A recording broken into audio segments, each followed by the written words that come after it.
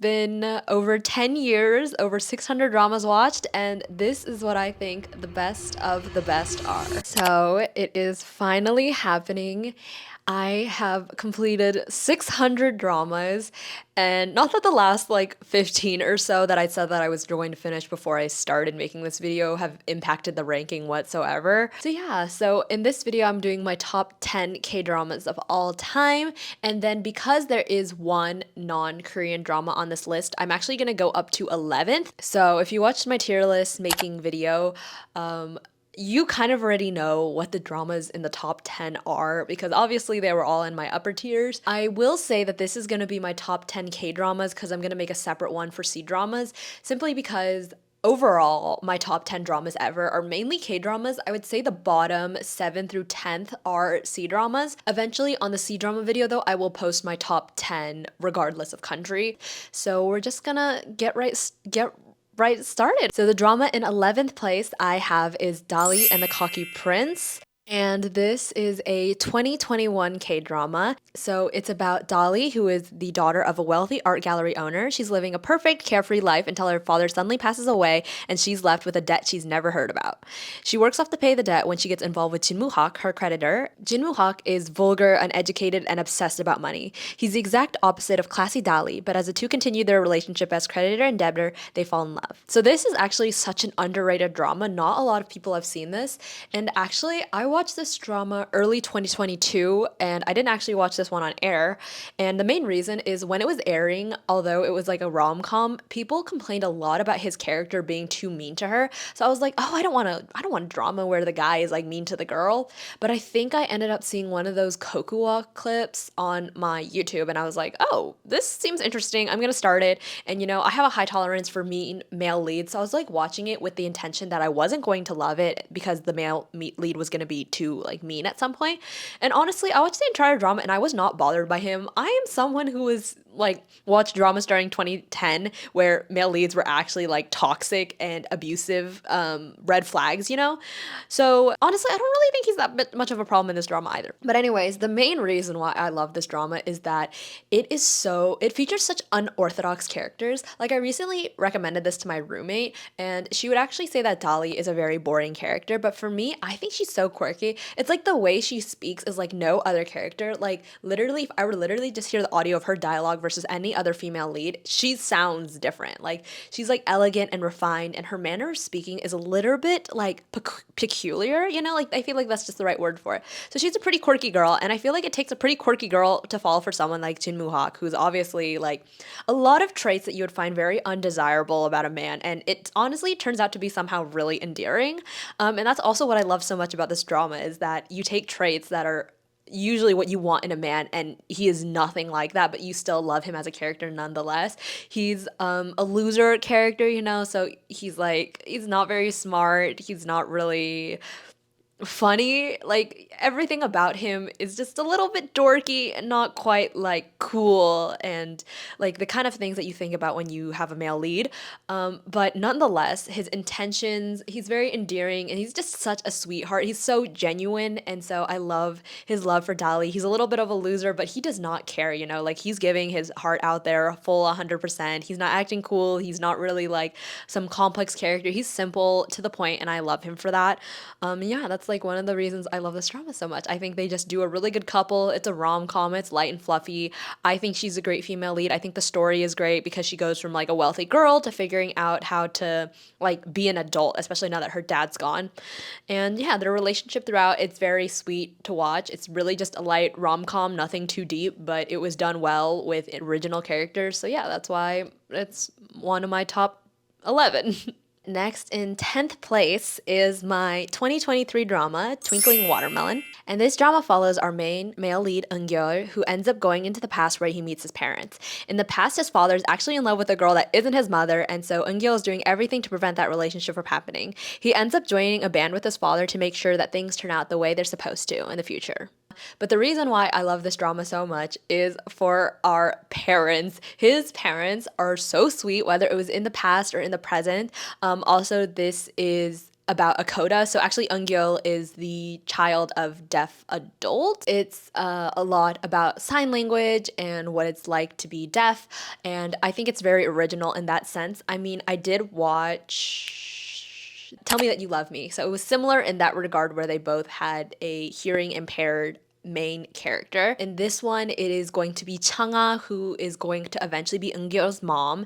I absolutely adore Changa, has my entire heart. She's such a sweetheart in such bad conditions. She feels 100% like a Cinderella who just needs saving, and that's exactly what Ichan is. But this drama, I think, is so great alone for the entire romance between Ichan and Changa, the reason they fall in love, the way they fall in love. Ichan's such a great character. The dynamic between father and son is absolutely hilarious throughout. Yeah, this one honestly features one of the most iconic confession scenes I've ever seen. 믿을 수 있나요? 나의 꿈속에서 너는 마법에 빠진 공주란 걸. And that's saying a lot as someone who's watched 600 dramas at this point. It's just absolutely everything. I mean, Twinkling Watermelon has really, really great reviews, and for a really good reason. It's just very family coded. It's just some youngins having fun in their high school days. You're going to notice that there's actually quite a lot of these like high school kind of set dramas, and I think the best and the main reason is that for the ensemble, like you got like several characters are just kids, friends having fun and enjoying their youth, and I think that just stands out to me as someone, I guess, who's still in her youth, even though I didn't experience any of this when I was in high school. It's a really touching, beautiful, warm, fun story, and yeah, I highly, highly recommend this. And in ninth place, I have the 2022 drama 2521. And so this is about Nahido, a high school fencer, and Baek Jin, a struggling reporter after his family goes bankrupt. It spans the course of several years as Ijin learns to navigate his poverty after a wealthy childhood and as Hido works to become a national athlete. I would say that this one is not very plot heavy. It's mainly just kind of about the day-to-day lives. And as you're going to tell, this is going to be a recurring theme. The ones that are really just about day-to-day lives that are kind of like not super angsty, just kind of chill. There's no big plot going, but there's chemistry and just yeah, there's like not much to say about the plot, but just like it's about them growing up as people. And there's actually more cast. I think the actors in this they did a phenomenal job. Nam Joo Hyuk as Ijin was he's just like what you imagine as like the perfect like husband material. Like he's just such a green flag. He's so kind, gentle, sweet, soft spoken. He's smart, he's funny, he's like everything. And Nahido, Kim Tae-ri did a really great job at portraying kind of like this tomboyish athlete. And yeah, the two work so well together. This is definitely like a friends to lovers situation. They start out as like really good friends, obviously become something more, and just the entire way they portrayed romance in this, I think, was on a different level. In another world, this is one of my favorite dramas of all times. I would say this could make it into like my top 5, if not for the ending.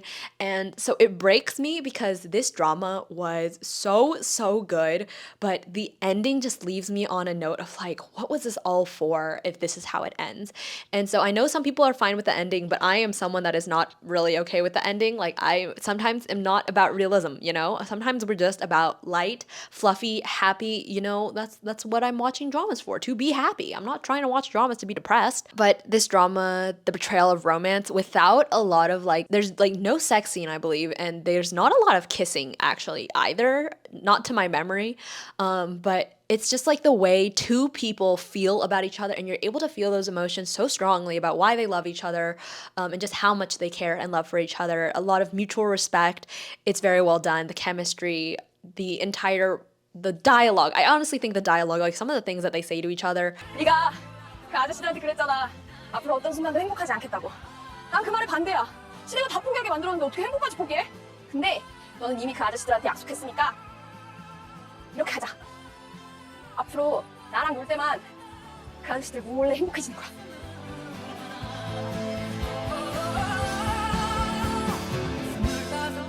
And just even the side plots are really good. There's a lot about friendship, just a heartwarming, youthful drama, and I highly recommend. Okay, in 8th place, I have The Beauty Inside, and this is a 2018 drama.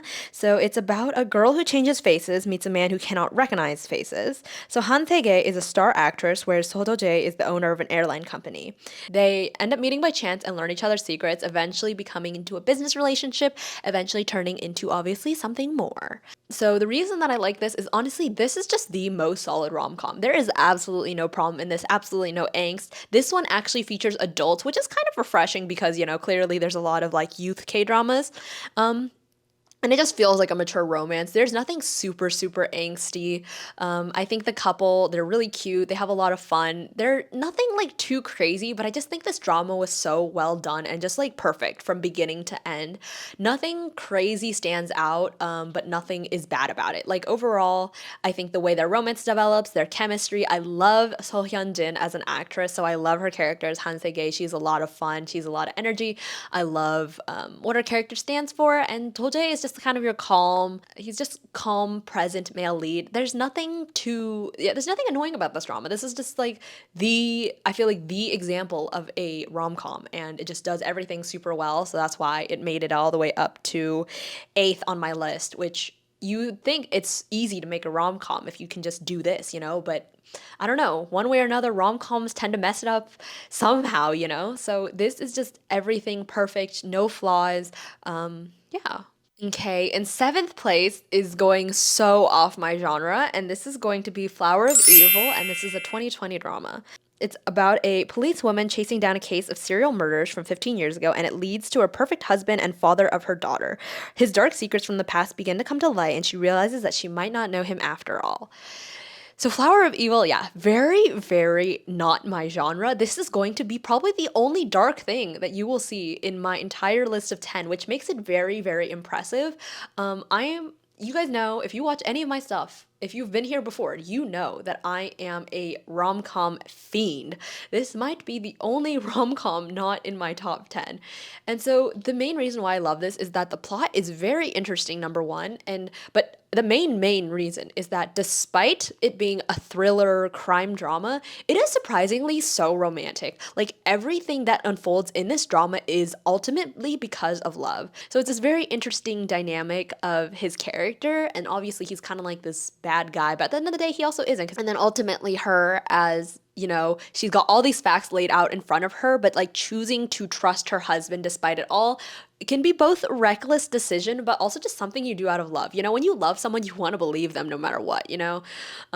So I feel like this drama did really, really well. I think Moon Chae-won and Lee Joon-gi, obviously veteran actors, you're going to notice my top 10 list has a lot of like really, really good acting that nobody can deny. Like Moon Chae-won, icon. Lee Joon-gi, absolute icon. They are veteran actors. They are veteran actors for a reason. So yeah, their acting performances throughout this were phenomenal. The crying scenes, the romance, the chemistry, everything about this drama is so well done.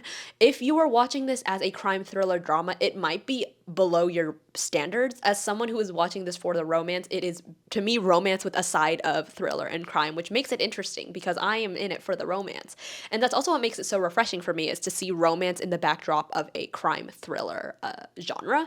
And so, yeah, the acting is phenomenal. The plot is interesting. It might not be without its flaws, but for someone who's not into that genre, I wouldn't be able to catch those kind of flaws, and I don't really care. Lots of very heavy acting emotional scenes, and yeah, it's a gem. Okay, and so I don't know if this is gonna come as a surprise or not as a surprise.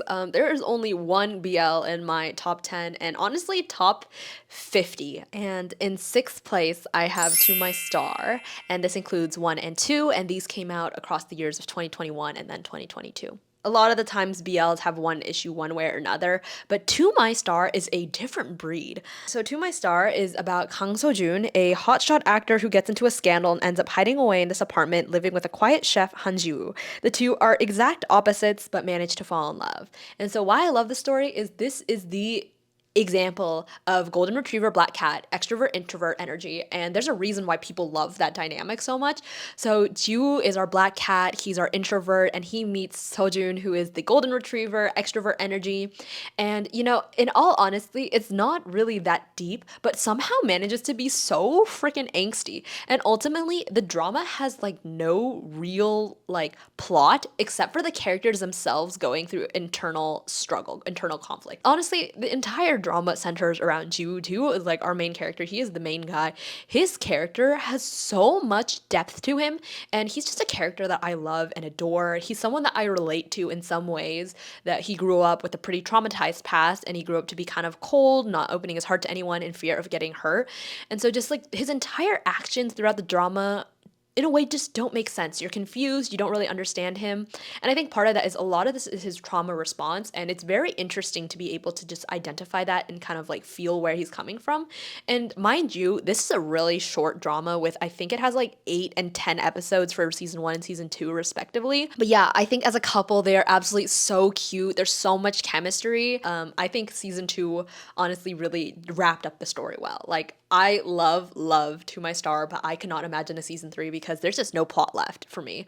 For season 2, it really did, like, I feel like fleshed out the characters and the stories. And I know some people hate it because if you don't understand Ju and you hate Ju, it's gonna be a hard drama to watch. But if you get it and you feel for him, then yeah, this is a good drama. Yeah, it's a lot of like quiet. It's kind of a quiet drama, but it's just like finding the beauty in like the little things, you know? And the attention to detail, superb acting, great chemistry, you know, everything is here. To My Star, very, very special place in my heart. Okay, and next up, I'm not sure if this is a shock or not a shock, but in 5th place, I have Lovely Runner, and this is the newest addition to my list because it is a 2024 drama, which means it only happened last year. And so this drama is about a girl named Im Sol who gets into an accident as a child and finds solace in a group called Eclipse, specifically biasing member Sanjay, who is the light amidst her dark days. One day he dies and she ends up going back in time in order to save him. And so why I like this drama is basically this drama is everything that I like about dramas. I feel like it's just everything is in this. It's funny, it's sweet, it's cute, it's got its slight sad moments, nothing too angsty. It's got a plot that is interesting in my opinion. I know people say it gets repetitive. It has great chemistry, it has iconic characters. And most importantly, it is about a fangirl, and I am a fangirl myself. I've talked about liking K-pop since like a young age, and so this is like a fangirl heaven. It's not meant to be, I think, a super serious drama, but it's lighthearted. It makes you giggle, it makes you smile. Sunjae is like the absolute perfect K-drama male lead. He's such a soft, sweet boy, but at the same time, he's got his like loser tendencies. And he's just so endearing. Hyun Woo-suk was made for this role. Like, it is crazy to me. It is so crazy to me how much I love him post Lovely Runner. And so obviously this drama blew up as much as it did, and I tell you that I usually don't include, I'm not going to include my 2025 dramas in my top 10 right now, and just in general of rankings, because I think you need time to let things sit. Lovely Runner has now been over a year since it aired, but even without that, I know myself. I know I'm a K-pop girl. I know what I like about K-dramas. Like, this is everything that I like about K-dramas, and the music in this is great. It has literally an N-Flying member. This drama was like meant for me on so many levels. And then not only, it wasn't even very generic in my opinion. I think it was interesting because there is one plot twist in the beginning of the show that changes the entire show, and I think makes it as iconic as it is.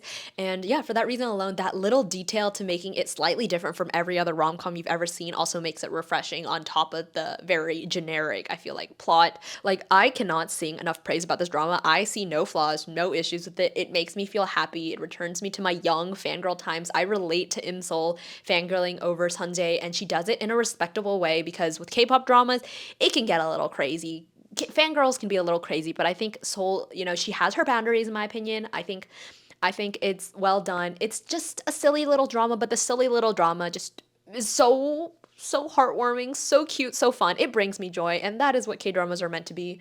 So I love this through and through. Absolutely has my entire heart. Okay, in 4th place, I have 30 But 17, and this is a 2018 drama. And so it's about a girl who gets into an accident at 17, falls into a coma, and wakes up at 30. She returns to her old house where Kong Woo-jin is living with his nephew. Out of kindness, Kong Woo-jin and his nephew take her in and help her navigate adulthood. And so why I like this is it's a pretty unique concept, obviously, with the whole coma thing. And I would say this is only above Lovely Runner for now, simply because this has been one of my top dramas for a very long time at this point. 2018 is now 7 years ago. But yeah, the reason I love this drama is everything is just done so well. It's a very touching drama because it touches on just forcing to be an adult when you don't feel like it, and feeling like you're behind everyone else, and a lot of very relatable emotions. For Woojin, he's obviously closed himself due to a misunderstanding. It's a reasonable misunderstanding. It's not just a stupid one. And so you're just like rooting for him to kind of move on. But I think it's just very powerful to see someone who you feel so behind, so stuck, kind of work her way through these issues. And it's not to say that she's without her like sadness, because obviously she does get down on herself, but I think overall it's a very hopeful tone. Two people that come together to kind of heal each other's wounds. Yeah, and they're there for each other. They're very soft, cute, shy little people. And I mean, I always love a little introvert couple, and these two are definitely that type.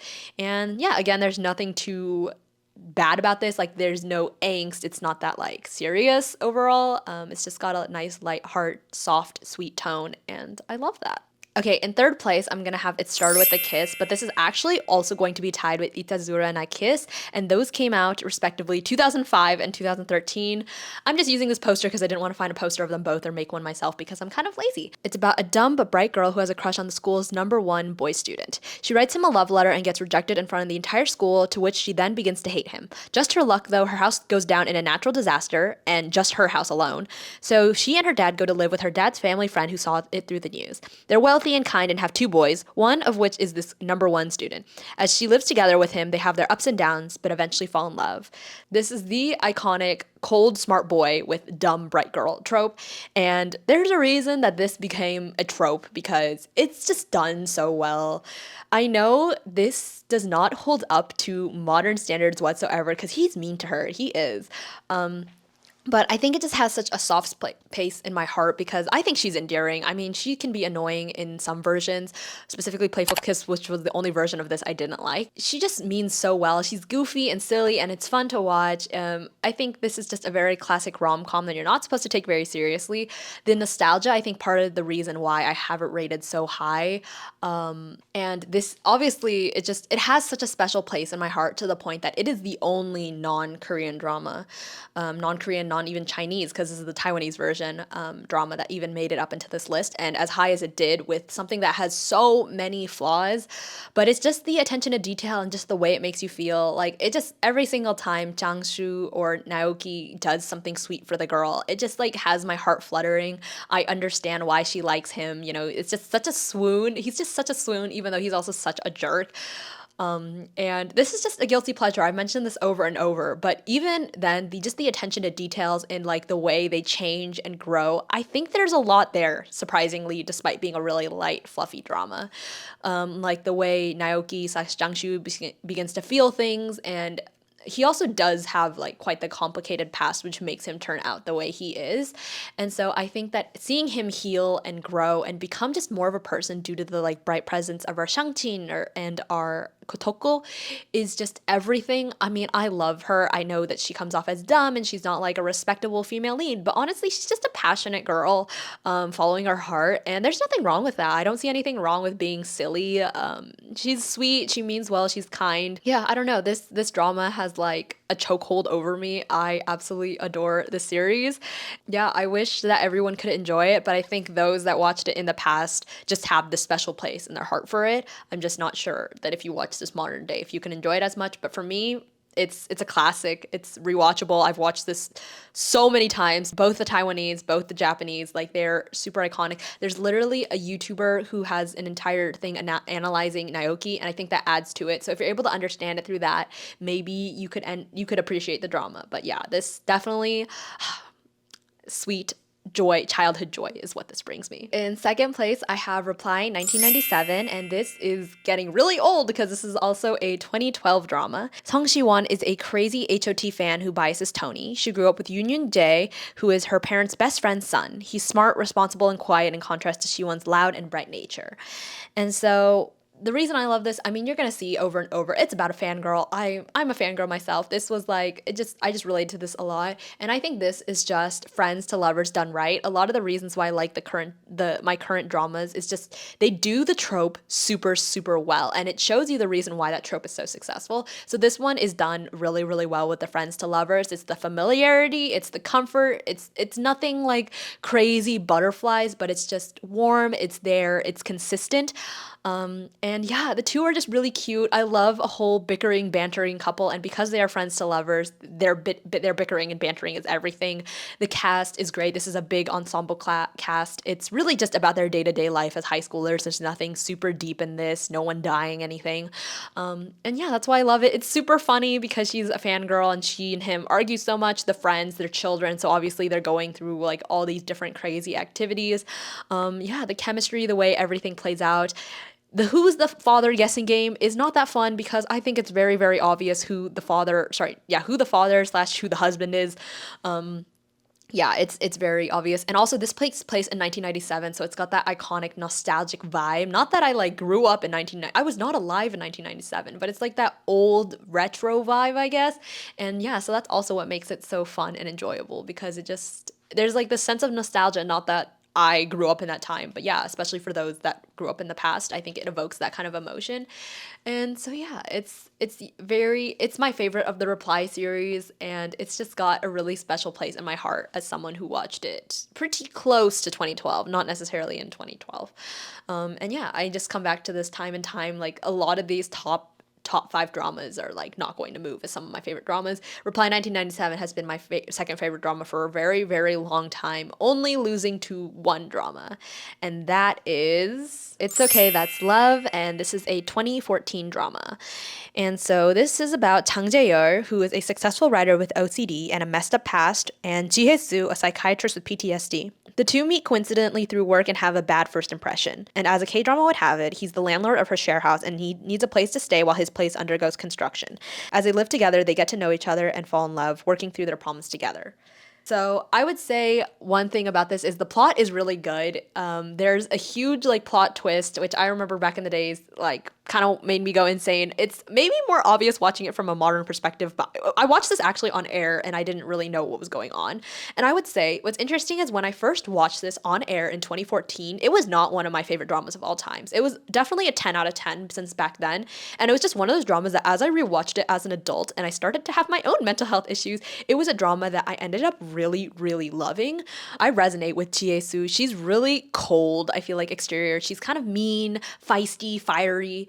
And all of that is just a reaction to her trauma in the past. And so she kind of lashes out in that way. But I ultimately don't think she's a bad person. And Chaeyeol, he acts cocky and arrogant, but ultimately that's just a facade that he puts up. And he's actually a gentle, sweetheart, sensitive like guy. And their chemistry, they are enemies to lovers. This is again this trope done so well. Their bickering and bantering, they're like perfect for each other, and like they really are as characters. And to create characters that are just so made for each other is absolutely perfection. And I love the way the story carries out because you know exactly why they fall in love. And just when they're together, their chemistry is insane. Yeah, they're just like very well suited for each other as characters. And I love that it's just got this mental health awareness because both of them are going through some stuff and both of them kind of open up. I don't necessarily, they both change each other with like the presence of the other and helps them work through their own mental problems. And yeah, he obviously has like OCD. He's got a pretty traumatic family past and she's kind of the one that accepts all of that. And it's like their characters are flawed, so flawed, but they come together and work together and it's just so beautiful. And the entire story is really good because we have an ensemble cast, so the other members of her share house, they're all like friends and their relationships with each other are also really great. And it's just a lot about people have their problems and working to fix it. And it's very heartwarming. It makes me laugh. It makes me cry. This drama, yeah, I think it just touches me the most because I think it's mental health, a really good portrayal of it, their chemistry, their acting. Gong Hyo-jin and Cho In-sung. Cho In-sung is also such a swoon-worthy character as Chang Jae-yeol. Like he's also very good looking.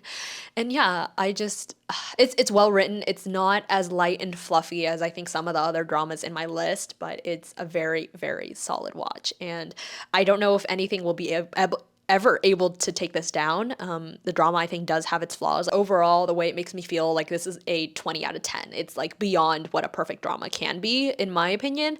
And so with that, that is the K-drama out of 600 K-dramas, my number one. That's my list from 600 dramas, and that is what I think is the best of the best. I would love to hear your guys' best of the best, especially ones that I may be missing out on. I didn't list everything every single drama I've ever seen, obviously, but I have seen a lot. In most cases, I have seen it. So unless you've got some underrated gem, yeah, like hit me with it. I would love to see it. I would say a lot of my dramas are not going to be familiar for new K-drama watchers considering the ages they came out in, and a lot of them aren't like super hyped up. Like Lovely Runner is probably the most hyped up drama I have on my list.